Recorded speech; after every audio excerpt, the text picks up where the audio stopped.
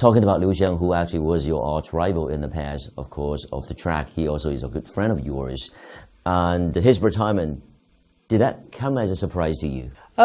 I would say it did come as a surprise to me because, as you know, the World Championships here is in Beijing, and so I assumed, just because it's here, that he would at least finish out this year and then retire.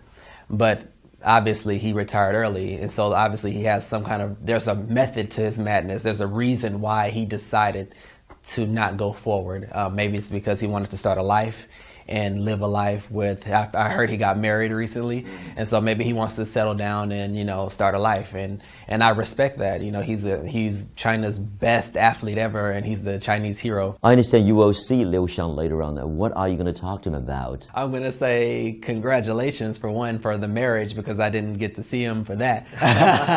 Because I know he's married. Are you going to ask him for some wedding candy? Which is a Chinese way is that what they do? They ask for some candy. Okay, I'm definitely going to ask him for some candy then.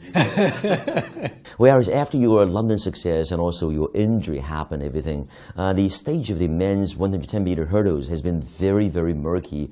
And who might be the dominant figure right now in your eyes?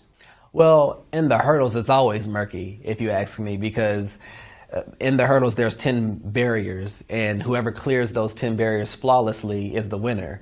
And on any given day, anyone, no matter who you are, you can clip a barrier, you can hit a barrier, you can crash a barrier, you can get off balance. So you have to perform at a really high level all the time. You have to be pretty much flawless every time. And it's really hard to do. I managed to pull it off later in 2012 year.